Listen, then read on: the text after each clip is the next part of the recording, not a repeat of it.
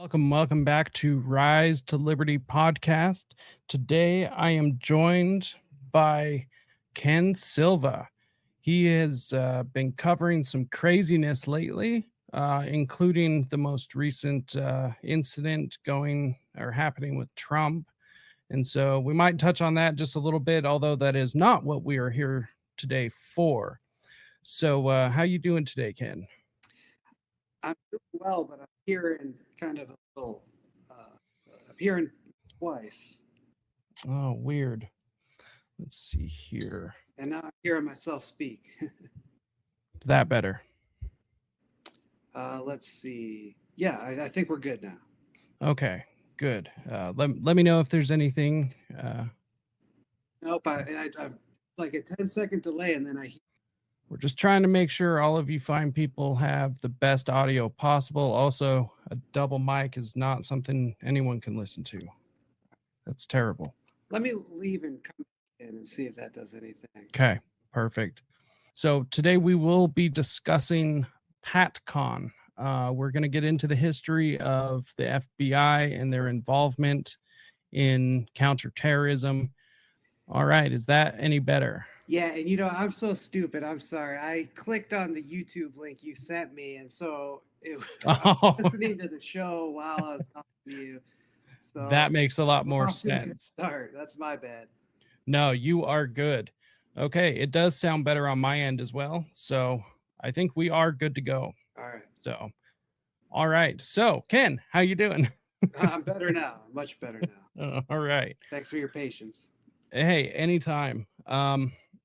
So let's just dive straight into it. Who are you? Sure. I'm a reporter. I've been a reporter for about a dozen years now. But I've only been doing politics in this national news for maybe 2 years. I started off locally in Ohio, got a job real quickly in the Caribbean after about a year. I thought I'd maybe spend a year or two down there before I, went back to America to launch my career in earnest. But ended up spending 8 years in the Caribbean and kind of just messing around and working at various newspapers until I came back in 2021. And around that time, we were talking off camera. I read a book called Aberration in the Heartland of the Real, which is sort of this like 800-page, super deep biography of Timothy McVeigh, and that led me kind of down this journey of reporting on FBI corruption and malfeasance, and just overall, terrorizing the local population in America. And I've kind of made that into my beat over the last 2 years or so. So what was it that drew you to the subject of the Oklahoma City bombing? Yeah, so I had been a Ron Paul guy since 2008, and I had listened to some podcasts with Scott Horton where he'd play old audio of the people talking about explosives being in the building and early reporting like that. So I was kind of like always skeptical of government, and then I just saw a bunch of people talking on Twitter about this book, Aberration. And to be honest, it was like as simple enough as the cover looked really cool. It was like Timothy McVeigh, but he's got a demon horns and kind of a snake running through his skull. And I bought the book on Kindle. I was in Brazil at the time, and I think I read like the first night I read like 6 hours straight from like midnight to 6 in the morning. Like I couldn't put it down. And I've been reading or writing or talking about that case and everything surrounding it pretty much ever since, for over the last 2.5 years now or so. So the Oklahoma City bombing actually does tie into the overall topic in which we're going to cover today. But before we get into that, okay, PATCON. What is PATCON? What should people know? What's the time frame that we're talking about here? Okay, yeah. So our main subject today is PATCON, which was an undercover FBI operation entailing undercover FBI agents pretending to be Nazi bank robbers. And this technically it ran as an official operation from 1991 to 1993, but a lot of the same undercover agents and informants were active for a much longer time period than that. It ties into the Oklahoma City bombing, Ruby Ridge, Waco, and I'm sure we'll get into that. But I guess that would be the simplest, PATCON in a nutshell. It never, a lot of people don't know about it because it never resulted in any major arrests. So it would essentially, you just had these undercover FBI agents roaming the country, spying on other groups, and there's no criminal case made from it. So it was essentially a giant domestic surveillance operation on America's far right wing. So what was the justification for like starting the program? That's a great question, and I'll give you a little bit of the backstory for how PATCON was launched in the first place. And so in the 1980s, there actually was some legitimately dangerous and organic right-wing terrorism. And basically, this is born out of the atmosphere of the early 80s when Paul Volcker, I know a lot of libertarians like to talk about how Paul Volcker, the Federal Reserve chairman, defeated inflation by jacking up interest rates. And that's true, and it was a necessary measure, but he actually triggered something called the farm crisis in the 80s. It wasn't a mortgage crisis in 2008 or savings loans in the late 80s. This manifested itself in the farming crisis. And at one point, you had a farm a day closing down for like 2 or 3 years in the Midwest. And a lot of these guys became radical right wingers as a result. One particular guy who I've written a lot about was Gordon Call. He became a tax protester. He was traveling the country telling all his buddies about how the income tax is unconstitutional. It funds things antithetical to our values. It's funding all these foreign wars and abortion and other things we disagree with. And so I'm not going to pay taxes. I'm not going to fund this. And basically, the government targeted him for his political views.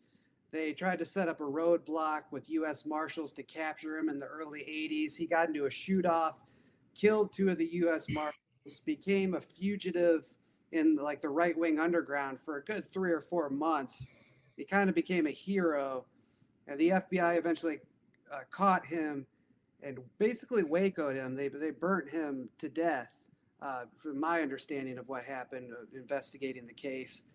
And it was in response to Gordon Call's death that a group, the very next month, a group called the Order was created, where all these you want to call them neo-Nazis or white nationalists or whatever, but they launched an actual terrorist group that its explicit goal was robbing banks to fund a right-wing revolution. And they cited Gordon Call as one of the reasons that they were doing what they were. So the FBI takes out the Order, but in doing so, they create a giant domestic counterterrorism apparatus. And I believe PATCON was basically a continuation of that, where they took out the Order and now they've got millions of dollars of funding from Congress, but not much really to do with it. And so they kind of have to create their own right-wing domestic terrorism problems for them to present the solution to justify the giant budget that they had coming out of the 80s. That's kind of my theory of why it was launched. And then, of course, there is nothing more permanent than a temporary government program. And so it kind of just never went away, it sounds like. Yeah, that's probably the most charitable explanation I could give. The other one you could say is the FBI took out the Order, but they tried to prosecute a lot of people connected to the Order. They actually had like the first sedition trial at that point since World War II. I know people are used to sedition trials now with the Oath Keepers and Proud Boys were all charged with sedition after January 6th. But at the time, this was a really big deal in the 80s. It was 1987. and the government lost that case. It was really embarrassed. And so one might argue that the government launched PATCON after they were embarrassed at the sedition trial as a way to get revenge. That's a bit more conspiratorial of a take, but I think that it's actually very plausible as well. Well, and I believe, also being a Scott Horton fan, I've listened to quite a bit of uh, his take on it, and I've also had him on the show. Um, and he had mentioned something about the FBI also having um, some internal problems, being exposed for different things, drug use, different sorts of domestic problems with their agents, and having been accused and proven that a lot of their agents had been directly targeting non-white citizens because they were non-white citizens, just being just shitheads all around, just terrible people, and that they were basically, like you had said, embarrassed, and it kind of seemed like they were getting a bunch of embarrassment all the way around. Yeah, I think that was certainly the case with ATF and Waco. There was some scandal in uh, a year or two before Waco happened. It was found out that like these ATF agents were, I don't know if they were in the Klan or what, but they were definitely explicitly racist. And I'm not an expert on Waco in itself. I kind of just know how it fits in a more broad historical context of PATCON. But I remember Scott talking about how the ATF, they might have wanted to do, make a big case with Waco to kind of distract from the racist, the scandal of their agents being card carrying racists. So at the end of the 80s, they it seemed like they took care of the problem that was justified, or the took care of the reason for the justification. Um, and I guess somebody who doesn't know about this, it is confirmed that this program did exist. Is that correct? Oh yeah, there's FBI records that's have the PATCON acronym on them, and these came out, I think, from Terry Nichols' uh, state trial, one of the Oklahoma City bombers. Some records came out, and then there's a Utah attorney named Jesse Trenadu who has been suing the FBI for records about PATCON for 15 years now. And one of the informants from PATCON actually came out as a whistleblower and testify, or was going to testify for Jesse in one of his trials, which is a whole nother tangent. But yeah, this is, nobody even argues that PATCON doesn't exist. It's definitely exists. The only question is, was it a domestic spying program, or was it something more nefarious? Was it actually designed to provoke right-wing violence? And at first, I might have leaned towards the former, but I would probably tend to lean towards the latter after studying it for the last 2 years. So it began in the mid to late 80s, and then what is the role of PatCon in the 90s? Because Yeah, it kind of seems like that's where it really picked up steam. I wouldn't call it PATCON in the 80s because I do think the FBI's response to the order was warranted.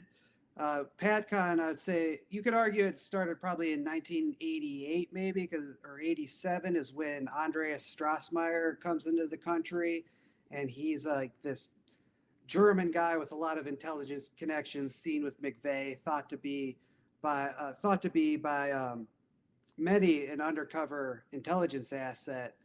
But yeah, so PATCON officially starts in 1991, and I think the investigatory rationale was they were probing stolen military equipment. A lot of the reservists and veterans were stealing night vision goggles and other equipment from their bases and selling it in gun shows and these kind of underground right wing swap meets. So that was kind of the justification for why they launched it.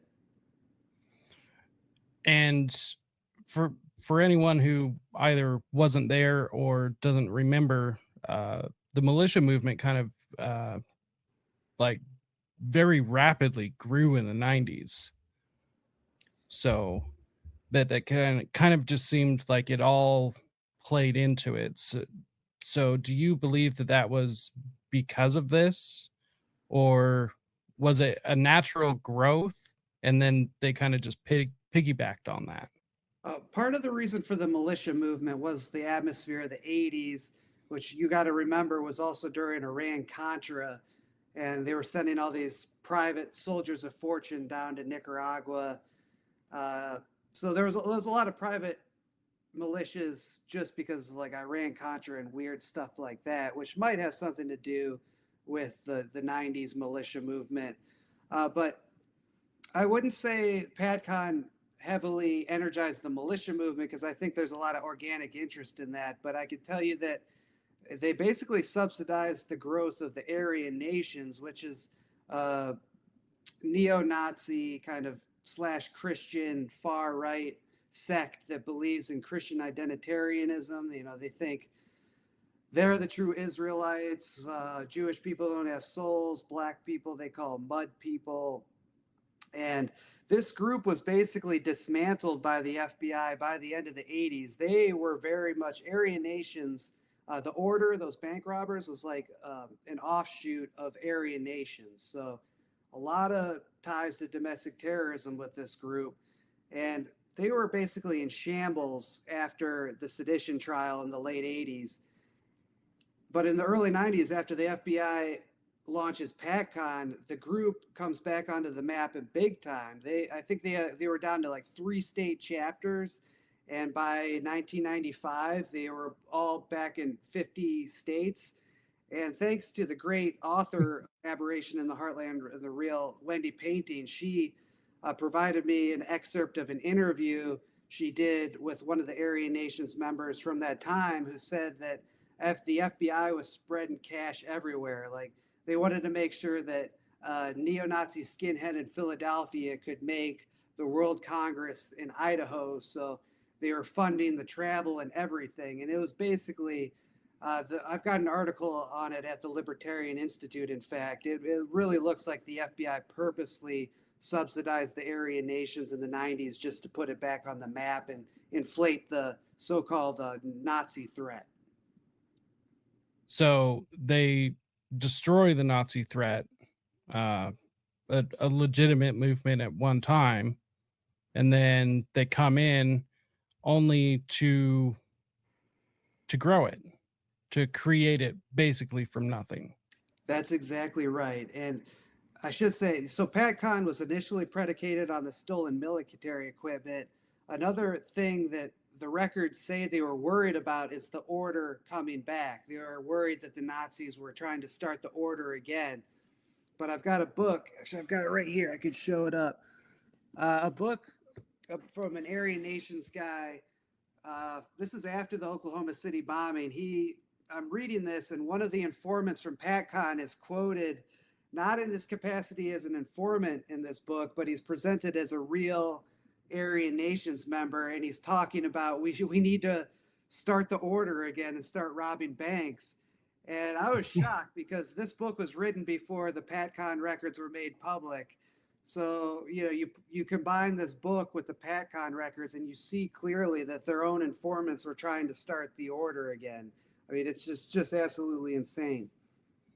So after studying it for so long, what do you believe was their justification for kind of stoking the fire, I guess?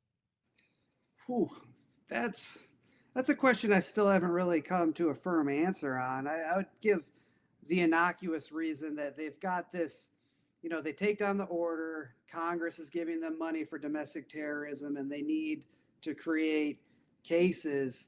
I don't think it's that simple, but I probably couldn't articulate what I really believe intelligently. So I'll leave it at that for now. I think, you know, it's a big sting operation. They want to create like the Whitmer plot. You know, you set up some kind of plot and bust it before it happens, make good headlines, get promotions, everybody goes home happy.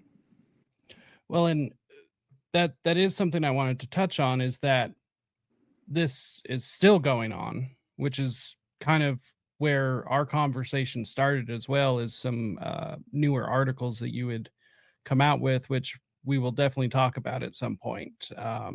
As that kind of spurred this idea of doing a show.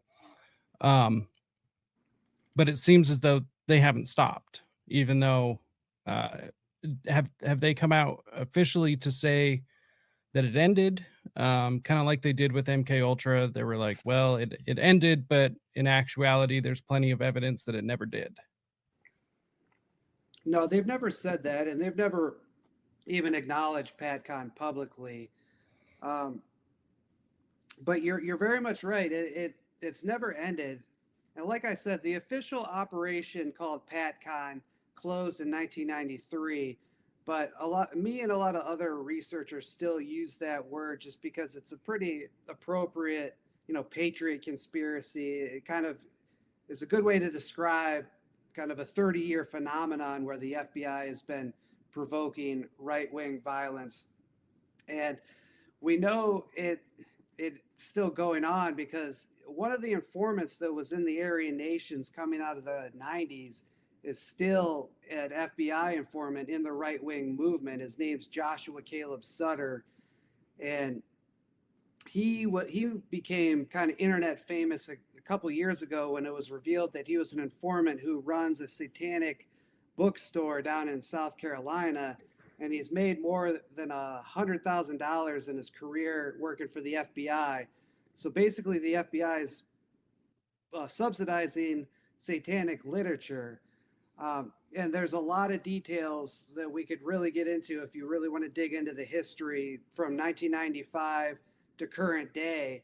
But one of the key actors that people should know his name is this Joshua Caleb Sutter guy, because he carries the story forward in a big way.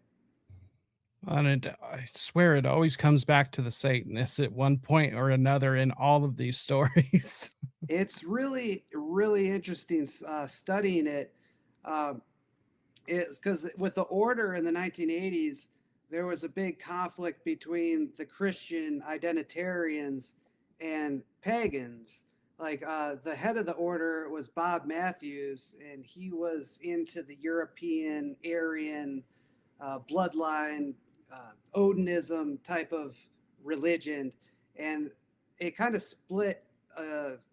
You kind of fractured the right wing movement to a minor extent in the 80s, where the Christians were fighting the pagans.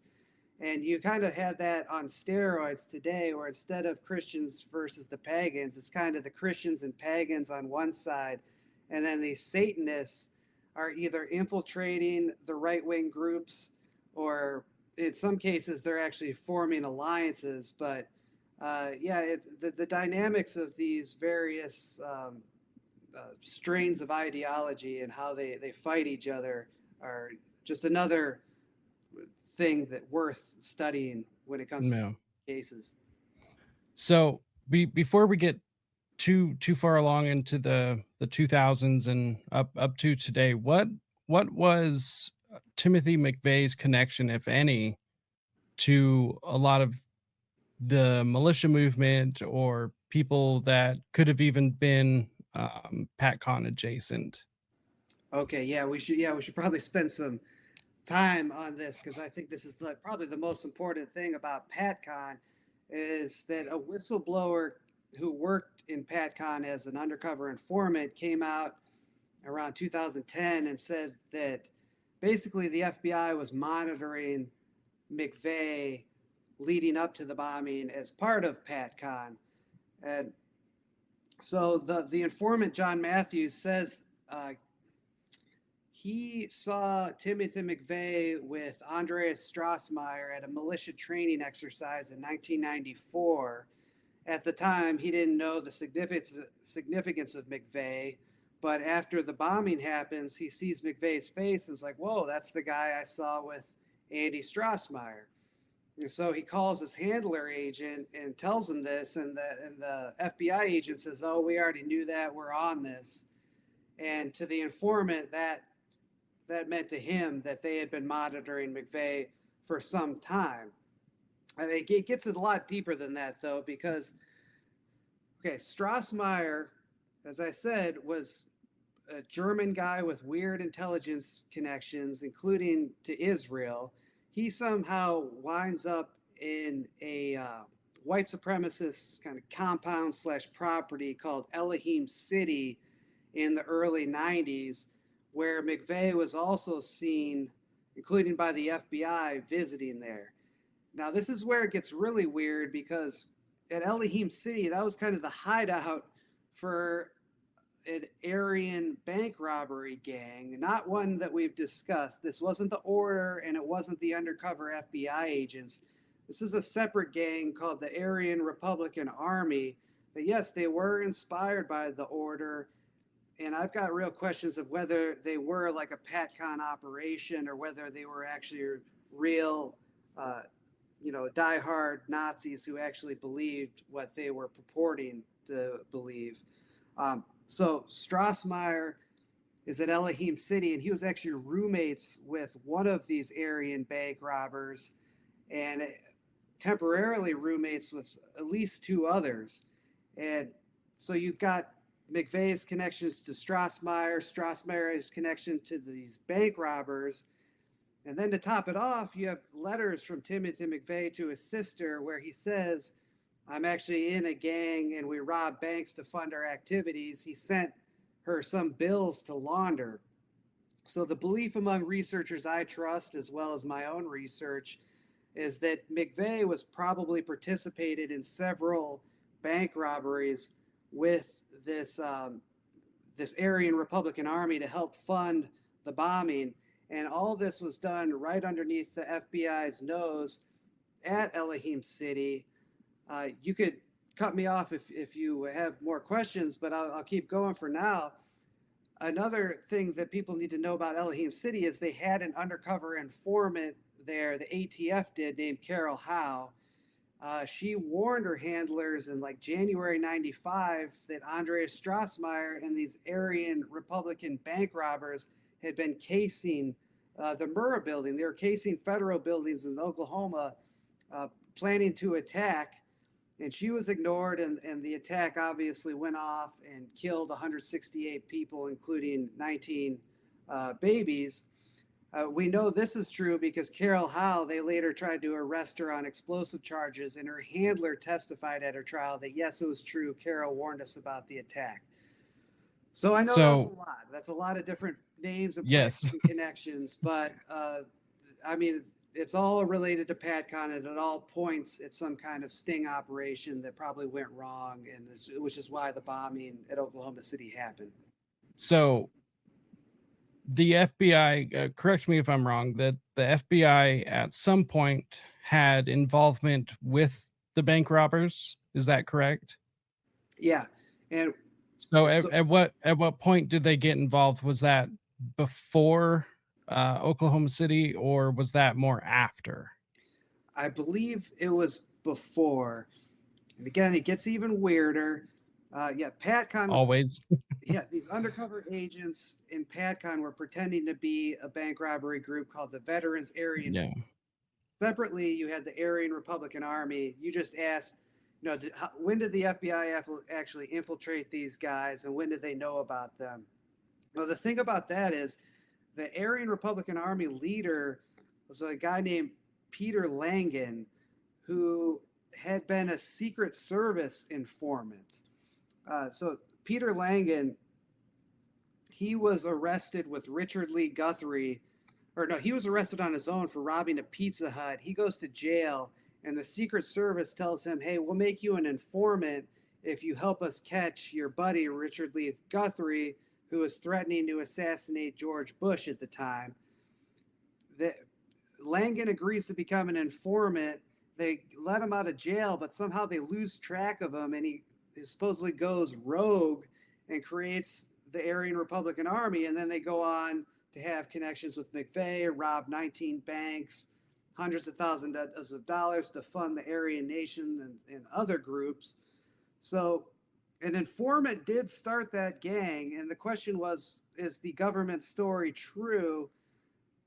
Did he really go rogue, or or was the government kind of letting him do that because they knew they'd be able to create this big case out of it? There is one damning FBI record where a jailhouse informant warned the FBI that Langan, when he was in jail, was saying, if they ever let me out, I'm going to war against the government.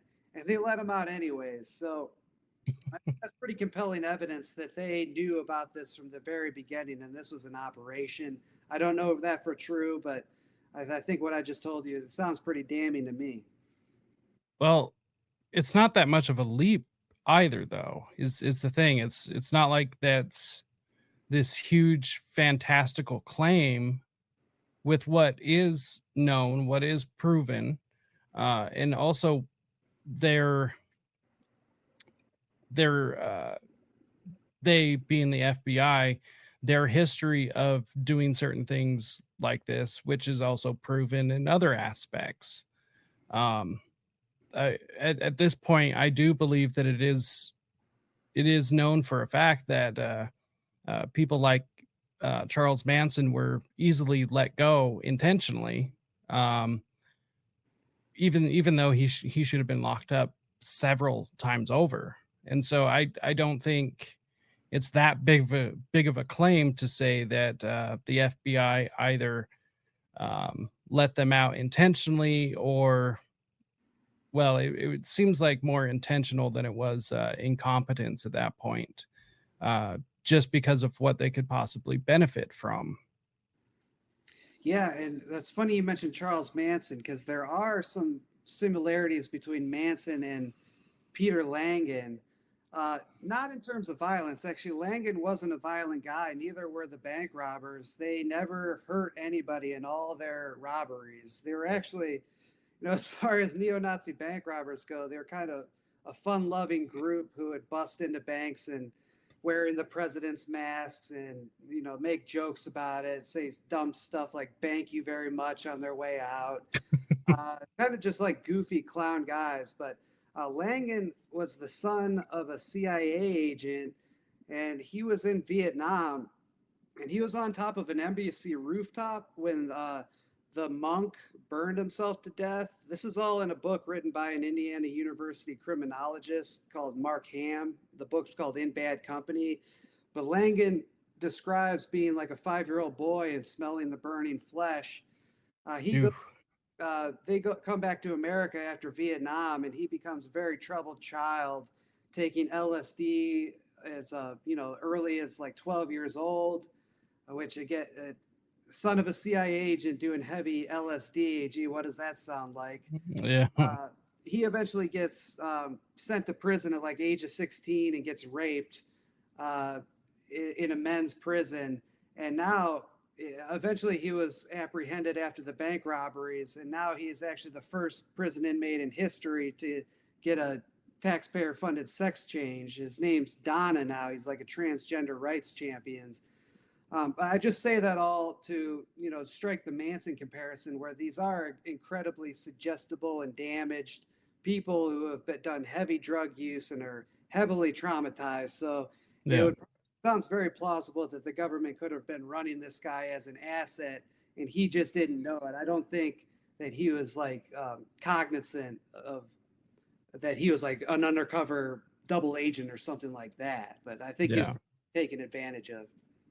Well, and they don't really have to be aware of a lot of these things for the intelligence community to benefit from running people like this. So, I mean, it kind of seems like even if it was started with the best of intentions, the road to hell is paved with good intentions.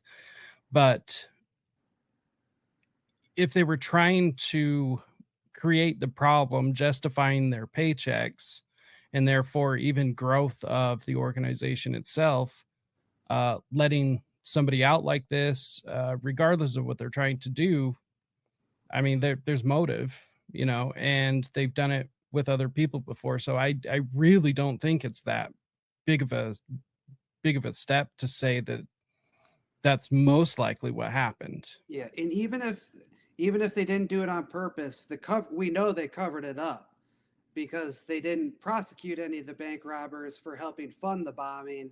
Because if they would have done it, that would have been an admission that, hey, our own informant helped fund the bombing. At the very least, people would have been fired. People in the government probably would have gone to jail too. So Yeah. even if it was an accident, the cover up's real and it's inexcusable. Well, and it seems like a lot of people had made their career off of the results of Waco, Ruby Ridge, Oklahoma City, a lot of these things, and so instead of being reprimanded, they got a career out of it and moved up the ladder. Including our current sitting attorney general. It's kind of ironic. Yeah, after January 6th, he gets appointed as Biden's AG, and he says white supremacism's the greatest threat to America, and that's going to be the Justice Department's priority. Well, that's the same guy who helped prosecute McVeigh in 1995 and 96. And so I think our friend Richard Booth makes a great point when he says, if you really want to focus on white supremacism, finish the work you were doing 30 years ago and punish the Nazis who killed 168 Americans on April 19th, 95. I mean, that should be his first job before he does anything about January 6th. Let's do actual real terrorism. Yeah. So I do know that there was a plot to target the same Mariah building, federal building in Oklahoma City before. Was that related to all of this? Oh, that's a great question. Thanks for reminding me of that. In 1983, or maybe it was 84 or 85. Yeah, it was a group called the Covenant, the Sword, and the Arm of the Lord, I think was the name, CSA. And they had a kind of a paramilitary camp in the Ozarks in Arkansas, I think. I think it was kind of close to Elohim City. It was in that area in the Ozarks. And they were an organic, legit right wing extremist group that had ties to the order. I think a guy named Randall Rader, he was like the armorer for CSA, eventually worked for the order and helped manufacture some machine gun that was used in one of the order's assassinations of a Jewish radio host. So yeah, they were pretty organic, and they did have real ties to the right-wing extremism group. And the case you referenced is they did have a plot to attack the Murrah building in the 80s. They're going to use a dump truck and shoot a missile out the back, but when they were building the bomb, one of the guys blew its own hand off, and they took that as a sign from God to not do this plot. A lot of those guys had direct connections to McVeigh 10 years later when the Murrah building was attacked. Specifically, the most interesting guy I think people need to know about is Richard Wayne Snell, who was a member of the CSA, and he was eventually murdered a black Arkansas state trooper and goes to jail for that, gets the death penalty. And he, on April 19th, 1995, was the day he was set to die.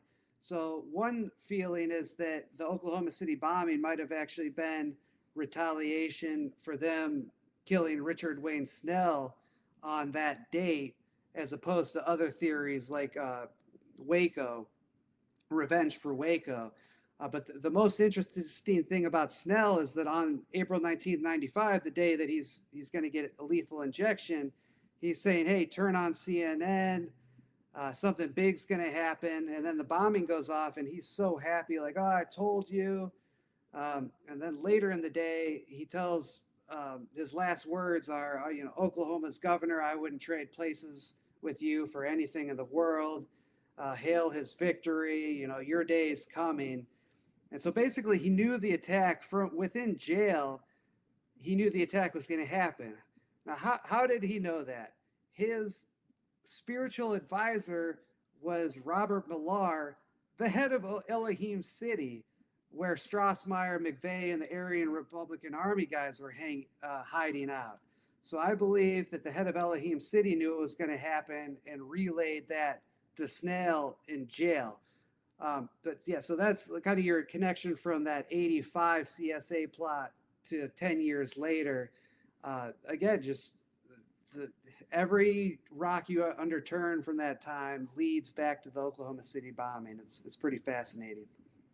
Well, and I'm not sure if this has anything to do with it, but there at one point was I believe it was a woman who had authored a book, and I believe it was a fictional book about an attack on the exact same building.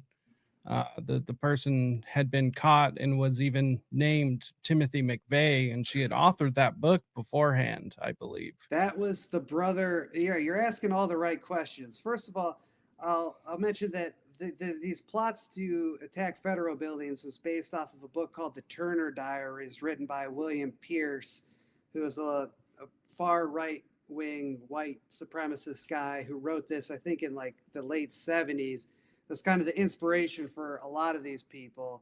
But the book you're referring to was written by Oklahoma Governor Frank Keating's brother, like a couple years before the attack. And the guy, yeah, it was like James McVeigh was the character's name, Yeah.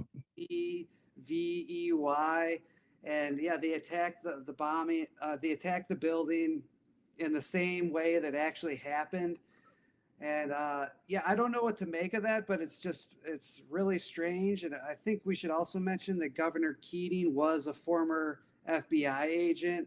So, I mean, this kind of stuff will make, like, when you tell people this for the first time, you just sound like an absolute nutter. But all this is true. People could go find the articles about this on the Libertarian Institute. There's like articles in the Washington Post about, oh, isn't this a crazy coincidence that the governor's brother wrote a novel describing what would happen? I mean, it's stuff that'll make you go crazy if you're not Yeah. approach it so with sobriety.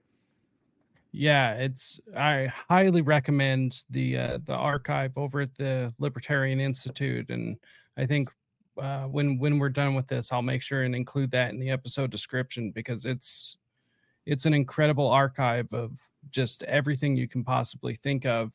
It raises way more questions than it answers anything.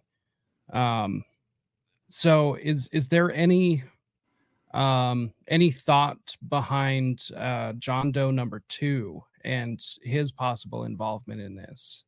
Oh, are there thoughts? Well, initially, let's just say, explain who John Doe number 2 is. He's the guy seen by over 20 witnesses on the day of the attack, April 19th, 95, in the Ryder truck with McVeigh.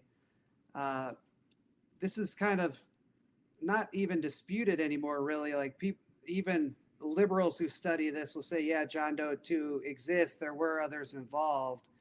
Uh, the government initially put out a giant manhunt when they caught McVeigh. They said, well, hey, John Doe 2 is still at large. There's a clip of Attorney General Janet Reno talking about this. And yeah, the question is, why did they never catch John Doe 2, or why do now the DOJ's official position is he doesn't exist? And I think the most reasonable explanation is that he was some kind of undercover government agent. And I use the word agent purposely because if this guy was an informant, I think the government would have just burned him and either killed him or thrown him in jail for something else without admitting their mistake. Um, but as far as who this guy might be, we really don't know. A lot of the Aryan Republican Army guys were early suspects for being John Doe 2. One specific guy, Mike Brescia, looks like him and looks a lot like him in black and white, kind of a younger guy that lifted at the time.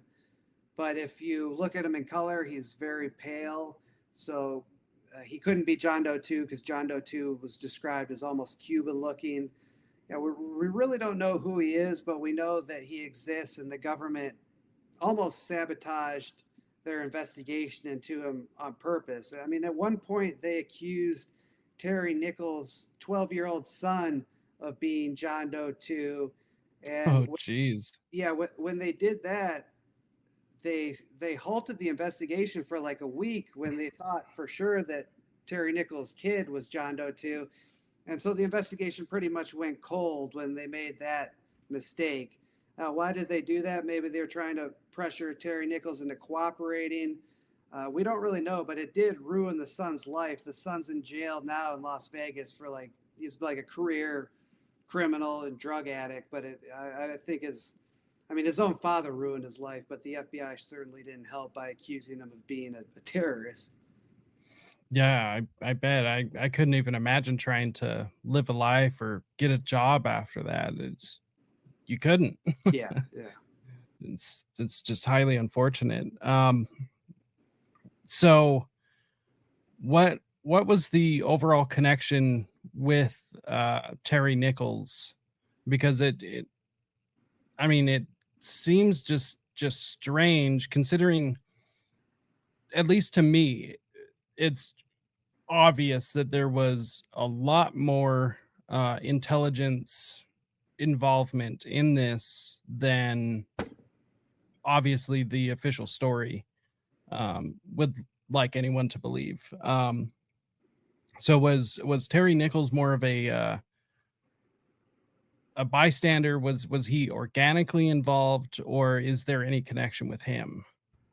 Yeah, Terry Nichols, you could say, was organically involved. I think he was uh, in McVeigh's military unit, which bizarrely was an experimental unit, and by that I mean they set up a unit specifically where once you're in it, the same people are together for their whole tour of duty.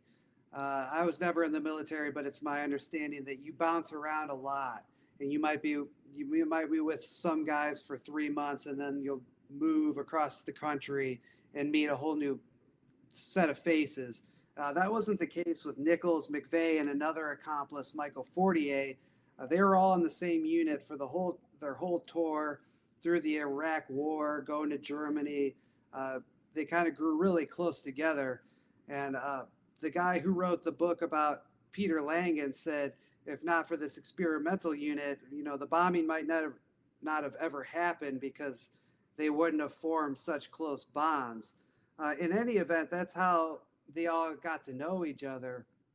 And from what I've read, Nichols was a very meek and suggestible guy who you could bully. So I think McVeigh kind of used him to do a lot of his dirty work. And the most, when you ask about, connections to intelligence assets, the spookiest thing I can tell you about Terry Nichols is that he was the guy who McVeigh sent to rob his supposed friend from a gun show circuit, a guy named Roger Moore. Terry Nichols went to his house and he was supposed to rob this guy. He was a millionaire, or rob all his guns and jewels to help fund the bombing. Nichols later said he got there and basically Roger Moore handed him this stuff and said, "Hey, get out of here." I found that very unusual. But it's not as unusual when you realize that Roger Moore was actually a CIA asset involved in Iran Contra, built boats for the CIA in the 70s and early 80s, was in one of these militias that went down to Nicaragua. And so very, very tied into the CIA. He was also an FBI informant. And the feeling was that that was part of the sting operation where he gave Nichols all that stuff to fund the bombing with the goal of, I guess they were trying to stop it. Yeah, so I don't know if that answers your question exactly, but that's just a little bit about Nichols and his run-ins with various intelligence agents.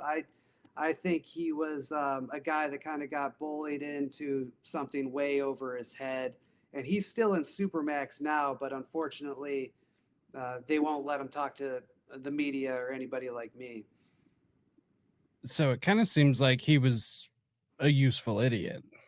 Yeah, he was probably the fall guy where when people say, hey, there were other people besides McVeigh involved, the official story could point at, oh, well, Terry Nichols too. And then, leave it at that. Yeah.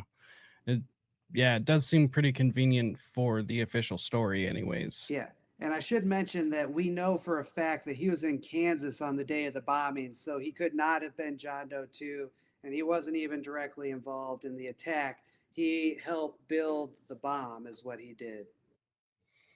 So I feel like you can't talk about Oklahoma City without mentioning Terrence Yeekey or Kenneth Trinidad. Um, so first, Terrence Yeekey, um, what is your personal opinion on this situation? Yeah, Terrence Yeekey was one of the first responders to the bombing, and he later was telling people around him, the official story isn't true, and something a lot darker happened. He ends up dead. What is it, 97? He's found in a field. I think he supposedly shot himself, cut his own wrists, walked like a half a mile. Strangled himself. Yeah, just obviously he was murdered, and I think he was probably had information about John Doe too. I know Richard Booth and Jose Galisan talk a lot about how he had two VCRs at one point. He borrowed somebody's VCR, and they think that he was trying to copy some of the surveillance tapes because at the time, you play the one tape in the VCR and you play your blank tape to get it copied over. Yep. So that's kind of the theory uh, of what happened with Yeekey. I got to say I'm not an expert on that case because it's kind of more about the aftermath of the bombing and the local Yeah. stuff that happened. It doesn't really directly tie into PATCON, but Kenneth Trinidad does. So where does he come in? And just for anybody curious, I will have Jose on at some point to talk about all of this as well. But also make sure and go check out his channel, No Way Jose. Him and I have been doing a series on false memory syndrome and all of that nonsense. But he covers the Oklahoma City bombing in a very unique and but very informative way. He's like one of the guys, um, one of a couple of handfuls. So make sure and go check out his channel. So Kenneth Trinidad, how does he tie into this? Because he's just like Iki, where it's just seems like a really unfortunate accident, as the feds would have us believe, but it's no accident. Yeah, Kenneth Trinidad just found himself in the wrong place at the wrong time. Uh, he grew up hillbilly in West Virginia. Was a really fast.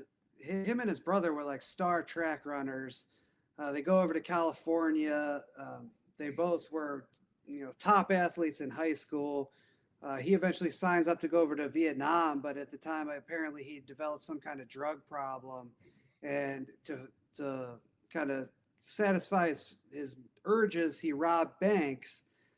Went to jail for that in the 80s. This has nothing to do with terrorism or anything. He was just a kind of a low level criminal at the time, but he did turn around his life.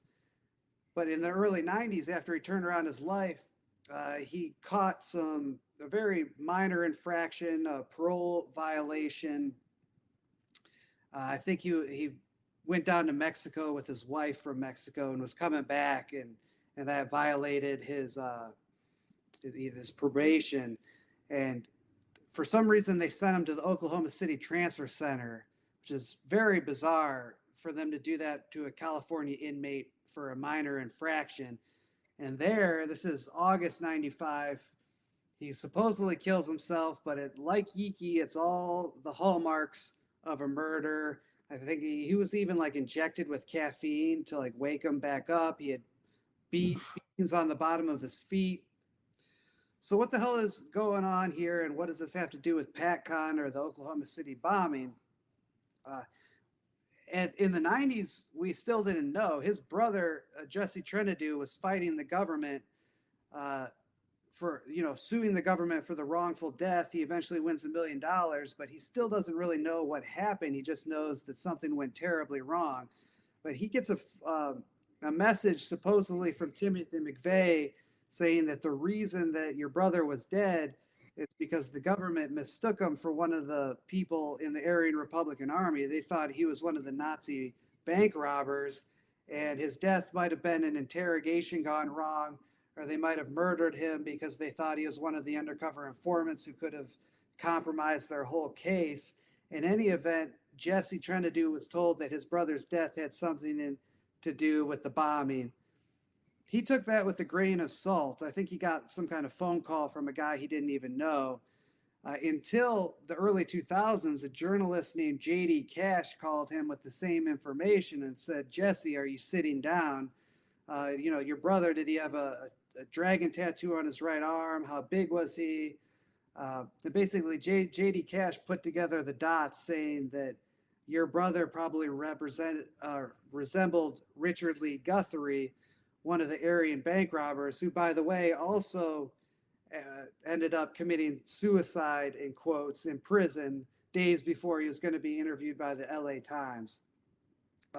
So that's Kenneth, and the significance of him beyond all what I've just told you is that his brother is a badass retired Marine turned lawyer, one of the best lawyers in the country, who basically dedicated the next 20 years of his career to just suing the FBI for records about PATCON and the Aryan Republican Army and all these issues in an attempt to solve his brother's murder and just to get revenge for what they put his family through. And it's a lot of what Jesse's, the records that he's gotten has kind of underpinned a lot of what I've told you today. And I believe he is still selling. Sorry, I was reading that word. He's still suing the federal government over this, I believe. Isn't that correct? Yeah, he filed a lawsuit earlier this year for records on Roger Moore, the guy that Terry Nichols supposedly robbed, but who in fact is a CIA asset. And he filed a lawsuit for records on the Aryan Republican Army, specifically for any records where the FBI is investigating whether the Republican Army was involved in the bombing. So that lawsuit he filed because they've been ignoring a FOIA request he filed like 10 years ago. The far more interesting lawsuit has been going on for like 20 years. And in fact, he was going to have one of the PATCON informants testify for him in 2014 about the FBI monitoring McVeigh ahead of the bombing. The night before the trial, though, the informant backs out and tells Jesse that the FBI threatened him and told him that you're going to be a homeless Vietnam vet if you testify for Jesse. Will ruin your life. And Jesse filed a complaint for witness tampering, and that's been under investigation for 9 years now, almost 10 years. A court has actually appointed a special master, which is a federal judge that's appointed specifically to investigate a specific issue within a larger case. So the special master has been, I guess, hearing from what Jesse's complaints versus what the FBI has to say about the matter. And he's eventually going to draft a report and release it publicly. And we're going to know what happened with this case and whether the FBI did threaten one of its PATCON informants. That could come out any day. I'm not expecting it to come out before the election. But like I said, this case, just that witness tampering allegation is 9 years old now. So we should get something on it hopefully soon. Yeah, I think it's absolutely incredible. He's spent his life dedicated to finding out what happened with his brother. Honestly, I'm not much of an emotional guy, but both of those stories, it just hits you right in the feels. Um, it's incredibly sad, and both men genuinely deserve the truth to come out. So hopefully, even just keeping people aware of these cases by talking about it like this, I think is incredibly important. Um, And what so it kind of seems like there's also just a trail of bodies kind of left behind, whether they're stuck in prison, or um, no longer with us. So, do you believe that this is to tie up the loose ends? I can't think of any other reason. I mean, I don't know that for a fact. It could just be random acts of incompetence, but yeah, I just can't think of an alternative explanation. It's all these people that know information that's very damning to the government wind up dead. Uh, yeah, I think it's pretty self-evident at this point, especially after recent cases like the Jeffrey Epstein and things like that. No. So, after Oklahoma City, where does things go from there?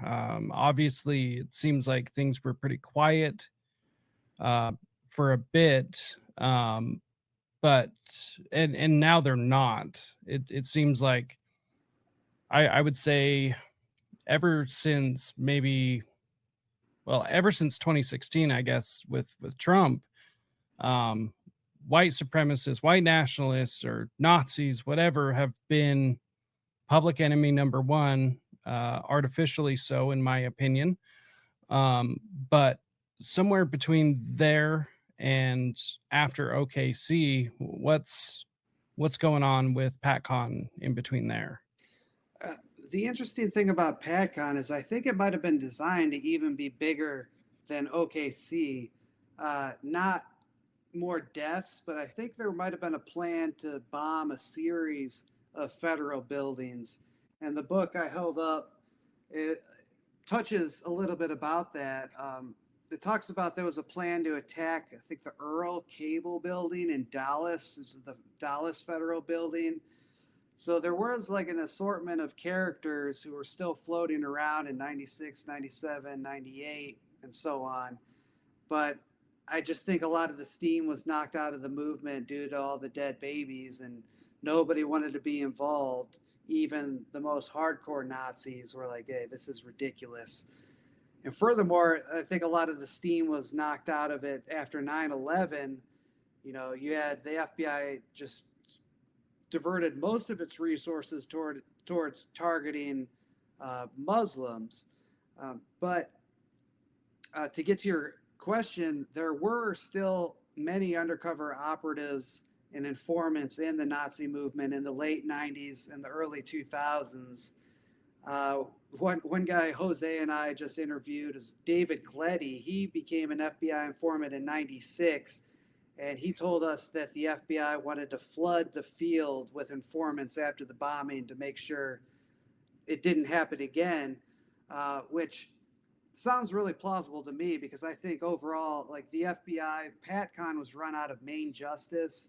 Like it was probably just a couple guys in DC who knew about it, but I think most of the field offices in the FBI were shocked by the bombing, and so they all activated a bunch of informants to try to prevent something from happening again. But as you say, things were very quiet until I would say things started picking up closer to Obama's candidacy. You had a lot of really racially motivated Nazi protests where they were printing flyers saying "kill this N-word," spelling it out though with a picture of a noose. Really glowing stuff that I also think was organized by the FBI. And we could get into that today if you want, or if you want to do another show. I would open a whole nother can of worms with what happened in like the 2000s and beyond. Yeah, I definitely want to do another show at some point because I think this to be able to have people understand this, and I like the true depth of what we're looking at, because this entirely affects our country, which shit rolls downhill.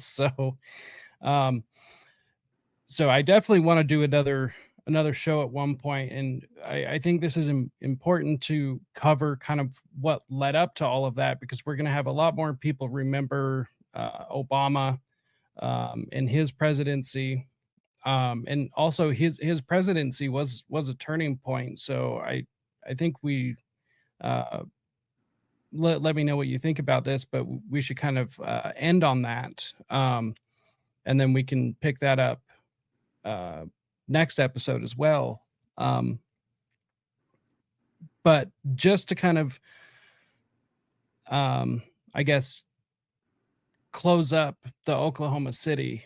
Um, Obviously, this would be your opinion or any speculation, but what do you believe personally um, is like the overall motive for whatever took place?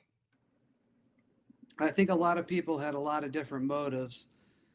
I think the FBI probably was motivated to do a sting operation where they were egging on these Nazis to commit a bombing, and they were going to stop it at the last minute. I think some of the Nazis were true diehard believers who really wanted to carry out the attack, regardless of whether they knew they were infiltrated or not.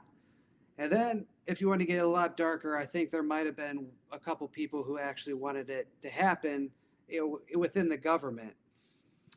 And I'm still not sure if you ask for an overall motive. I don't know which one of those are the most dominant. I guess at this point, I would lean towards the story of the FBI trying to do a sting operation and then failing miserably. We know there are at least 2 Ryder trucks involved in the attack.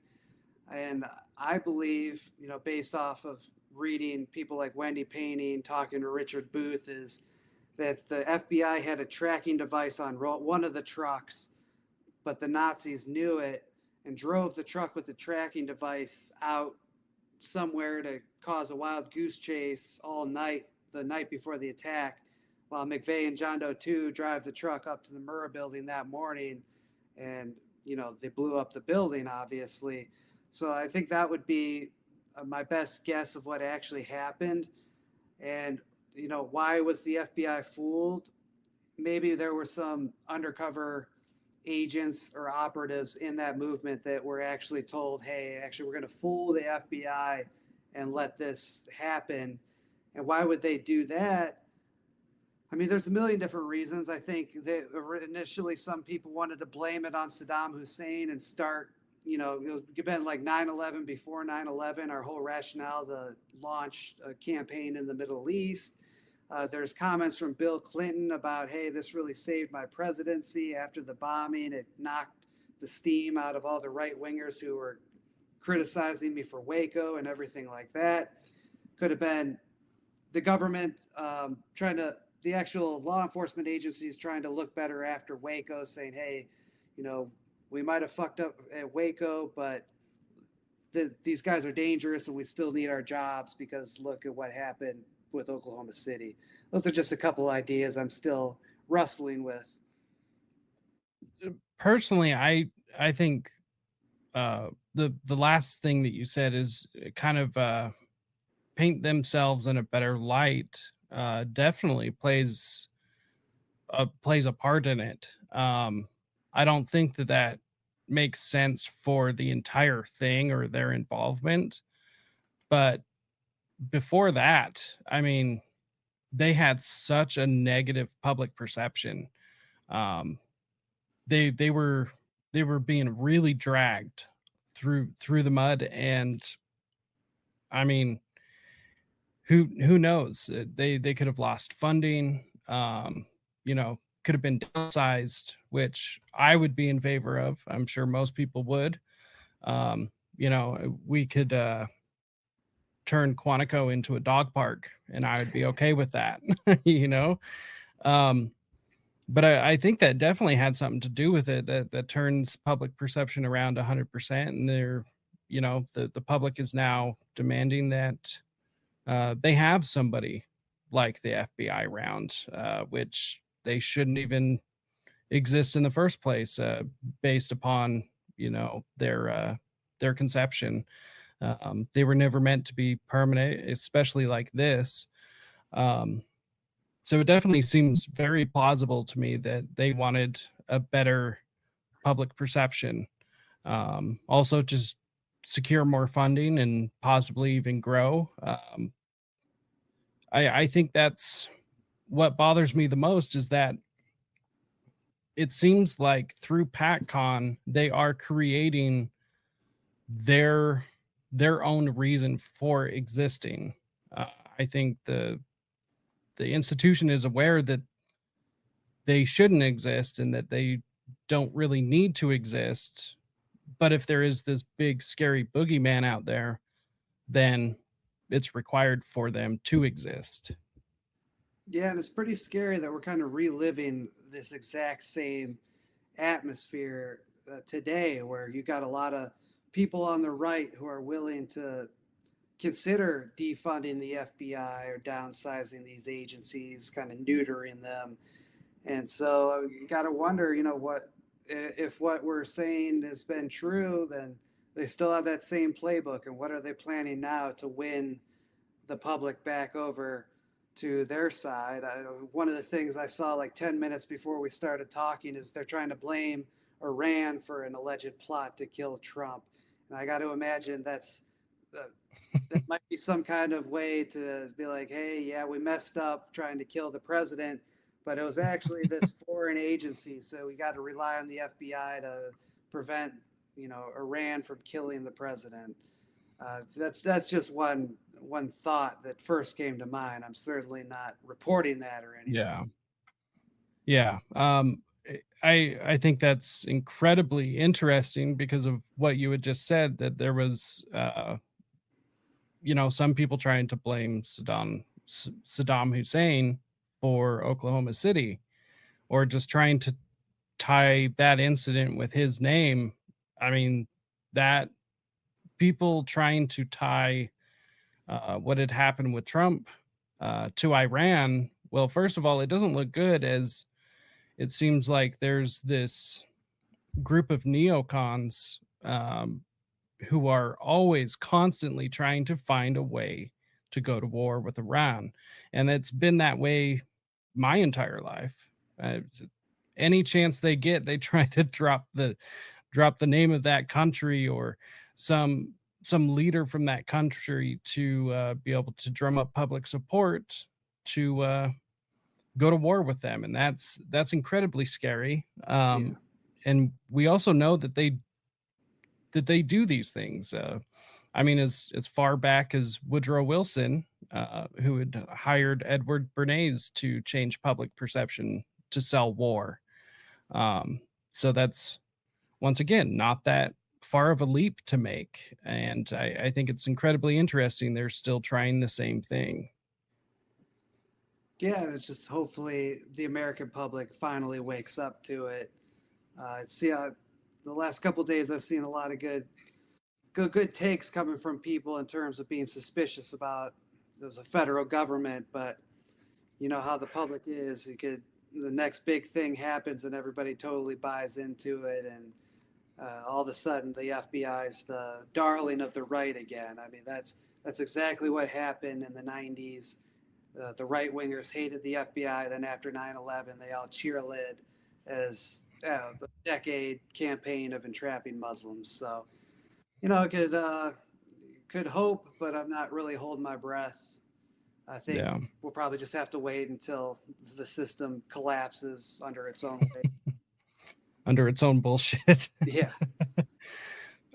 So I did actually want to ask you, what other parallels do you see happening now between what has already happened? Obviously, we just mentioned the Iran thing, but do you notice any other parallels, either with the incident that just happened with Trump or any other recent incident?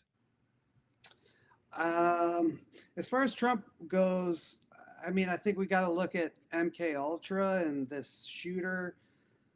I know he had a Discord channel, and a lot of these mass shooters have had Discord channels, and they've had contact with feds, and there's questions of whether these people were kind of groomed or encouraged to do these shootings. So that's one thing that I'm looking at. That's not really a historical parallel as much. That's kind of a new frontier. But the biggest thing that's going on right now that smells like PATCON is the gun running, the ATF Operation Fast and Furious, which that's very much going on today. We have whistleblower. They don't get much coverage at all, but basically the ATF is allowing illegal gun sales. Um, why we don't exactly know, but they're pretty much, you've got informants at gun stores calling up the ATF saying, "Hey, some guy from with Sinaloa license plates just came to my Arizona gun store, bought 20 ARs, and now he's heading back to Mexico. He lied on the form. Let's bust this guy before he escapes the country." And the ATF will take that to the U.S. attorneys and say, "Hey, let's make a case and arrest this guy real quick."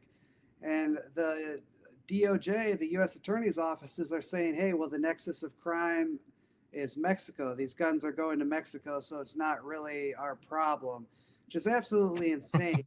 This has all come out in a whistleblower's book, Peter Fercelli. I think it's called The Deadliest Path. Really great book, but that's still going on. And one of the gun stores from Fast and Furious, like 2012, was also involved in PATCON, according to the whistleblower informant. He said that during PATCON, they were illegally converting rifles into automatics and selling them to like gangs on purpose. And we don't know why. Hopefully, more information will come out when the special master issues his report. But that's the biggest thing is the ATF. These operations, they're very much still ongoing. So I think we'll wrap up here and kind of lead into the next episode. But so you had just come out with part 1 and part 2, an incredible story of what seems like the continuation of PATCON. Do you kind of want to give a synopsis of what kind of story are you trying to tell? Oh yeah, I'd love to. Basically, I'm trying to tell the story. I'm not trying. It is the story of how PATCON never ended, and I didn't set out to tell that story, but it kind of just stumbled into it, court document by court document. Basically, the story you're referring to is part 1 of the hidden history of Robert Mueller's right-wing terror factory. Mueller was the FBI director from, I think, like September 1st, 2001, like a week before 9/11, all the way to 2013 or so. Basically, I found an FBI informant told me that the FBI was instructing them to stage neo-Nazi rallies in 2005. And it's not just his testimony. I have records proving that the FBI and its informants were holding these rallies. And this predates Obama a little bit. So it's almost like the FBI was trying to restoke Nazism, even though it was still going pretty hard on the Muslims. It was also, I guess, diversifying its portfolio or kind of dipping its toe back into these right-wing counterterrorism cases.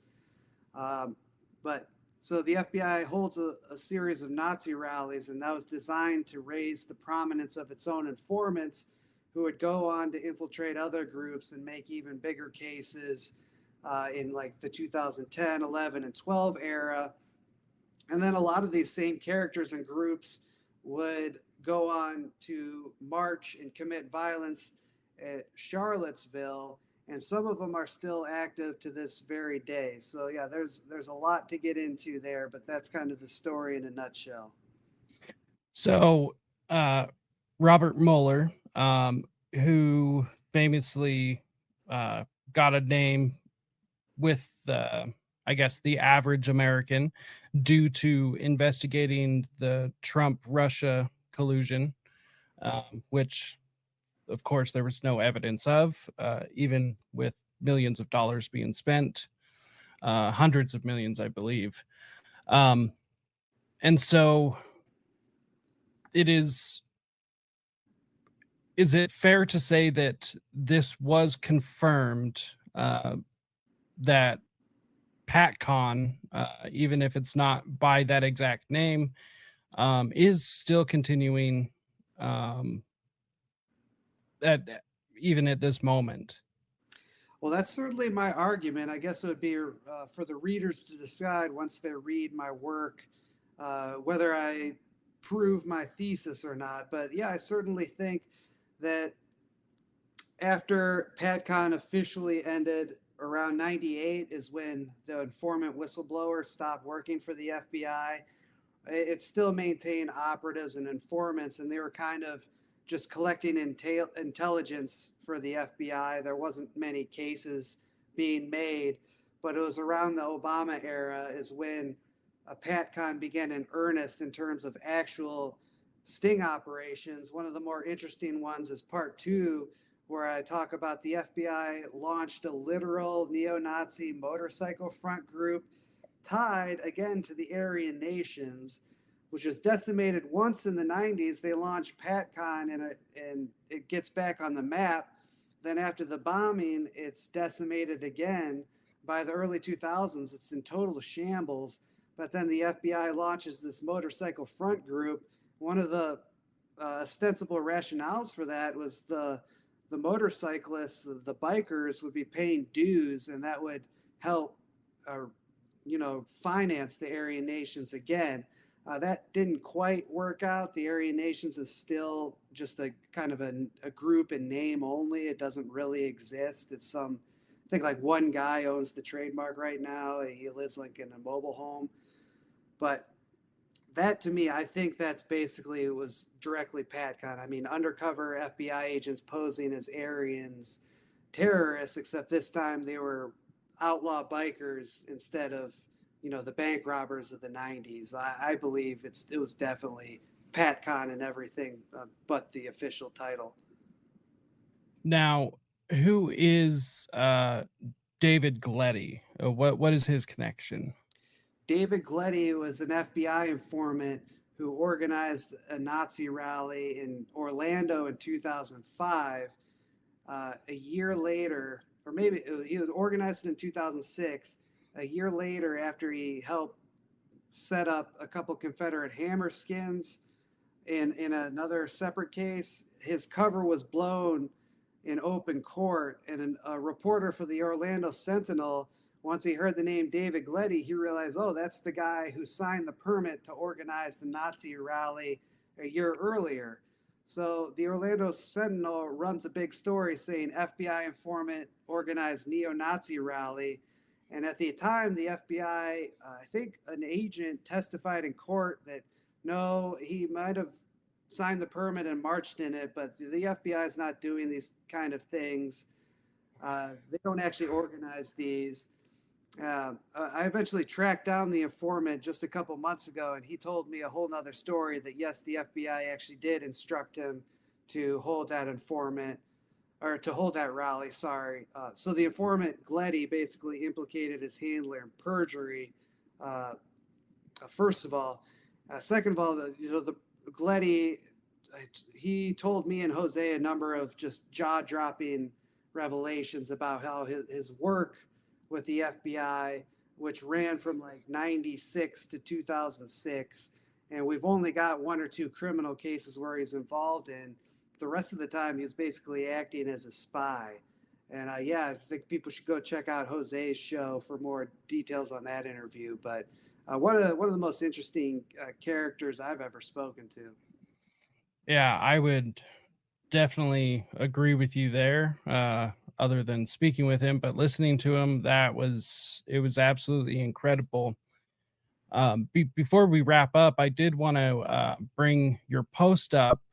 You had posted a 1-minute clip from the interview you and Jose did. I wanted to play that for the audience real quick. Hopefully it entices them more. I would be surprised if they weren't already enticed. but we'll wrap up on this. But I thought it was incredibly interesting. So let's see here. Let's make sure. All right. One of my family knew. So when I got exposed, it was a big deal for a little while. I'm all over the news, CNN, my hometown newspaper. It was a big deal because at the time, the FBI, just before that, was having me put on Nazi protests. And there was Nazi protests going on across the country that were handled by the FBI and operatives like myself. And that when I took the step out there, because I had to get the permits in my name, if you check the records, the permits for the Orlando, Florida Nazi protest in 2005 was in my name. And I was all over the newspaper, and people that knew me was like, oh my God, what happened to David Galletti? I used to go out with him in high school. You know, my mom's like, David, what the happened to you? I just saw the newspaper, you're having a Nazi protest. I didn't raise you like that. And I was all in. That was the first time, you know, when you get your picture in the newspaper as a Nazi and you're having a Nazi protest, you're all in. I had events at my home that I still live in. I have 2 homes. So that was a clip from the interview with you and Jose of No Way Jose with David Galletti. Make sure and go check that out, listeners and viewers. It's just a 1-minute clip, and even that was just jaw-dropping. How did you feel hearing that? So once I tracked him down, I did just an interview over the phone with him, and he told me basically everything he told Jose. And I was just like, oh, we got to get this guy on video so everybody could hear it. Because if I quote him and write it for my article, yeah, that's great. But I think psychologically, it just hits on a different level when you see it coming from his mouth. And yeah, absolutely amazing. One of my biggest questions is why this guy isn't being called by House Republicans to testify. They're supposedly want to do all this stuff about FBI accountability, but then they go on these wild goose chases about, you know, spying on school board parents, which, you know, the legitimate issues, but nobody got thrown in jail. No parents are in jail because of that. Nobody's dead because of that. They shy away from the real stuff. I think they need to be talking to a guy like David Galletti.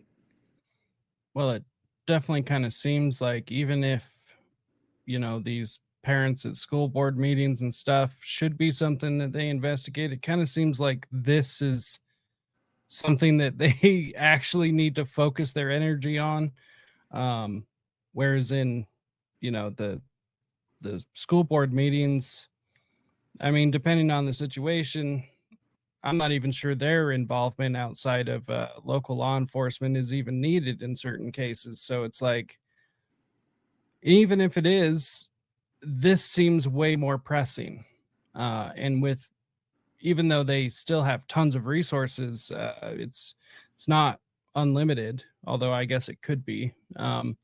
But they should be focusing what resources they have on this, which supposedly, you know, white supremacists and Nazis are enemy number one. So it kind of is interesting while they're while you guys can get this and he's not being called in front of Congress like you just Right? said. It's crazy. It's crazy. And I even had a supposed FBI whistleblower called the guy a fraud, and people are trying to downplay it. I'd be total speculation, but I think what's going on here is this mid 2000s stuff was also heavily promoted by Israel, and we all know the GOP's in Israel's pocket. And I don't just say that. One of the undercover agents who was in the motorcycle front group literally was sent to Israel to be trained. And the ADL had its own informants at those Nazi rallies in Orlando and elsewhere. So Oh, geez. it's to be almost like a joint ADL FBI operation, in my opinion. And I think that might be, I won't throw him under the bus, but one journalist with 1 million followers initially reached out to me and expressed interest in covering these Nazi rallies. And I sent him all the documents and everything. And then he asked me, well, is are groups like the ADL and SPLC being used as front groups by the FBI, or as like kind of intelligence cutouts? So, well, I think it's actually kind of the other way around. It's Israel using the FBI as a cutout, and I never got a response from them. I think that might be a little bit of what's going on there. Yeah, I mean, that would stand to reason. That's even though what we know now, that still seems to be something that most journalists don't want to touch with a 30-foot pole. And all right, I'll do my Kanye West. I'll say it was Michael Schellenberger. He ran away from it. Well, I mean, come on, guys, be better. You know, Schellenberger still does good PR for the GOP, but he could let real investigative journalists handle the good stuff, I guess. Yeah, I mean, that's one thing I will say is, all right, fine, you don't want to cover it. Well, get out of the way of the people who do. Yeah, exactly. exactly. So, just to finally wrap up, where does part one end? Where does part one of your story end? Part one of the Robert Mueller terror factories. Yeah. That ends. So after the Nazi rallies, the informant that Jose and I spoke to, David Gletty, kind of becomes a famous guy in Florida. Everybody knows him from the rally, and that helps him infiltrate a group called the Confederate Hammerskins, which I guess you could call them white nationalist guys, but they're not really ideological. They're just kind of skinheads who like to do coke, and they go to work 5 days a week and just turn it up on the weekend like nobody else. And he planted the idea in two of the skinhead leaders' heads to rob drug dealers. And so the idea was like, you buy coke from the drug dealer at 5 p.m., you come back at midnight, and then at 4 a.m. on that third visit is when you do the robbery, when the drug dealers are used to you. And so he helps set up to the Hammerskins. They go to court, and that's where his cover is blown. And it was after David Gletty's cover was blown that the FBI decided to launch the motorcycle front group, which is where part two begins. And then part two, the motorcycle front group case eventually expands to target yet another group called the American Front, which was a supposed white supremacist militia in Florida that was allegedly training for a race war. And that's going to be subject of part three, another total FBI setup. But hopefully I'll have that done by the next time we talk. Yeah. I think that's interesting, the race war thing, because that's also come up in FBI history before. That goes back to Charles Manson. And yes. And this is directly under Robert Mueller. And I believe I guess the punchline of part three is that if this was a successful PATCON op, it might have knocked the steam out of a Trump movement before Trump was even a thing, because this was like 2012, 2013. I mean, imagine if the feds got a bunch of Nazis in Florida to go out and shoot up black people or Jewish people. Like the political atmosphere would have been made toxic before Trump is even a candidate. Why do you think? Because at least from my perspective and the way that I've seen things, it doesn't seem like this Nazi thing is taking hold very well. Obviously, there are some people that are always going to believe this, but on the macro scale, it doesn't seem like, I would say, a large majority of people are buying it. Unfortunately, I'd probably have to disagree with you there. In recent years, I think the Nazi movement is actually I do see some organic growth, assuming that some of the intellectual thought leaders are organic. Be careful who I'm talking crap about, but I mean, our old friend Pete Quinones from the Libertarian Institute, he had to leave because now he's pretty much a card carrying National Socialist. And not calling him a Nazi as an insult, I think he wouldn't mind that label. And so I think you got a lot of people off ramping from the Ron Paul movement to a more extreme Nazi movement. And basically their argument is like, we tried to be libertarians for over a decade, but people hate us and want to kill us just for being white. So we got to fight back and use the state against our enemies instead of just being kind of pacifists.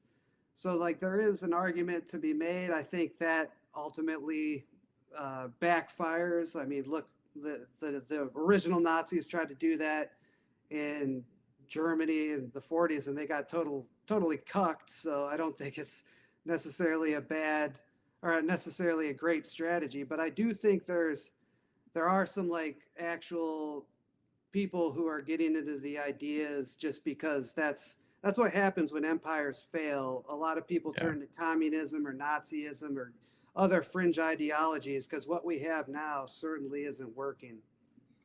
Yeah, most definitely. And just for clarification, I definitely agree with you that there seems to be organic growth, even though I think it seems like the organic growth is maybe supplemented with inorganic growth.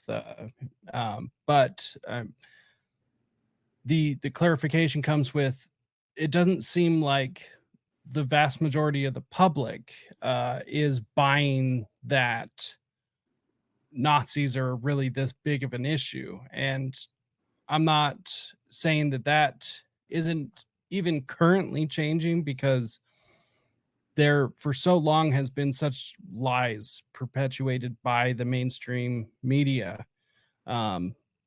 Maybe there is a genuine push into kids growing up to be racist or growing up to be Nazis or anything like that, because I mean, they're being called these things. And it's like, well, I might as well just be them, because, I'm already being labeled and treated as such.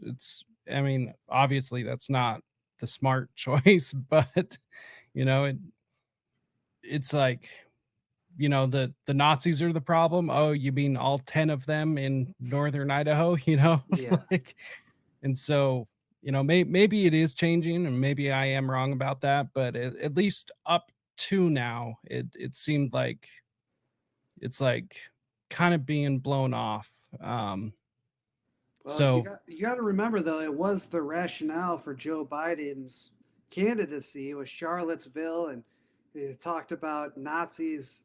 I think he said at the recent debate, materializing out of the forest, which is kind of funny.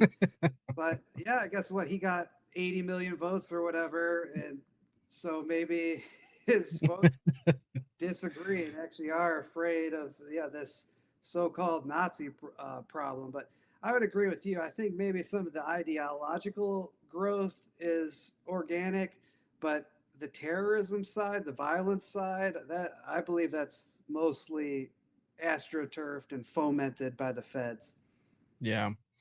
Well, I think we'll wrap up there for now, and then next time we'll recap part 1, get into some more details there a little bit, and then dig through part 2. Hopefully you have part 3 out by that time, and we could touch on that, or you could give us a little preview to kind of tie everything up and whatnot. So any final thoughts that you feel that the general public needs to know about PATCON, or this I would argue this infiltration of disproven ideas at this point? I guess the only thing, and we'll probably get into this more about in part 2, is most of what we discussed, the last 40-year history, is specifically this far right, call it Nazi or white nationalist, or regardless, these are actually right-wing revolutionaries who did want to overthrow the government. And so you do have some kind of a rationale for what the FBI did in terms of launching sting operations or infiltration operations. Obviously, the results of those were disastrous, but I think the more concerning thing is they're applying that playbook to the mainstream. If you want to see like something like the Whitmer plot, they were not targeting Nazis. Those guys actually, some of them met the technical definition of anti-racist because they supported people like Breonna Taylor. So it was the FBI applying the Nazi entrapment book to normal dudes in Michigan who just weren't happy about the lockdowns. And we could see that even more recently with January 6th. I think the FBI is doing these things to more mainstream conservatives, which is definitely something we need to keep our eye on. Yeah, and for anyone who doesn't know, I have actually had Brandon Cassetta on Nice. and interviewed him. Super solid dude. And, just his case alone was so damning to the FBI, in my opinion, that his story needs to be known because he's not alone. I mean, there's so many people that were in his shoes historically and even now that isn't getting the attention that he's getting. Not that he doesn't deserve it or anything like that, because he definitely does. They practically ruined his life. And these people are just getting away with it. I mean, even Gretchen Whitmer was just paraded out in front of everyone as a possible replacement for Joe Biden, which sent chills down my spine. But, that's just, it's god awful. So, Yeah. but hey, Ken, thank you so much for doing this. I'm excited for the next one. Everyone watching, where can they find you? Twitter at JD_cashless, headlineusa.com, or the Libertarian Institute runs a lot of my stuff too. Hey, awesome. And once again, everyone watching, go to risetoliberty.com/links. That's the master link that pulls up whatever preferred platform you have. So make sure and go there. I have everything down in the episode description. Make sure and hit up Nadu Shave Company. They're a sponsor of the show, and without a doubt, the best razor you can possibly get. There's a reason our dads and grandfathers used those single blade safety razors for so long. Stop buying Chinese plastic made crap from companies that hate you. There's no reason. So go to Nadu, use promo code RISE15 for 15% off. And I always follow up with my guests because eventually I'm going to get a large supercut of all of these answers. But the question is, why does liberty matter? Ooh. Because it allows us to have these kinds of conversations. I'm more of a utilitarian guy, so hopefully that doesn't turn your whole listener base against me. I'm not a big rights guy. I'm more of like, what are the consequences? So I think we live in the most prosperous society in the history of the world, and we got liberty to thank for that. Yeah, I don't think it will turn everyone against you. Okay. but no, you're totally good there. And I think that's a great answer. It's the reason we have what we have, and hopefully we're smart enough to keep it, because I think that's what Ben Franklin said is, we have a republic if we're willing to keep it. So on that note, and then until next time, everyone, thank you for tuning in. Hit that like, hit the subscribe. If you found this valuable in any way, shape, or form, make sure to share it to everybody. Our big tech overlords have made it very difficult to grow. So it's entirely dependent on you getting these conversations out there. So once again, you found this valuable, make sure and share it to anybody possible on any social media. Just get it out there. That's the whole reason I started this show, is these conversations are incredibly important, and want to have more of these conversations, honest conversations that aren't willing to hide from the truth. Got to get it out there. So I appreciate everyone for tuning in. Thank you again, Ken. Hang out so we can wrap up on the back end, and everyone else, until next time, stay free, my friends.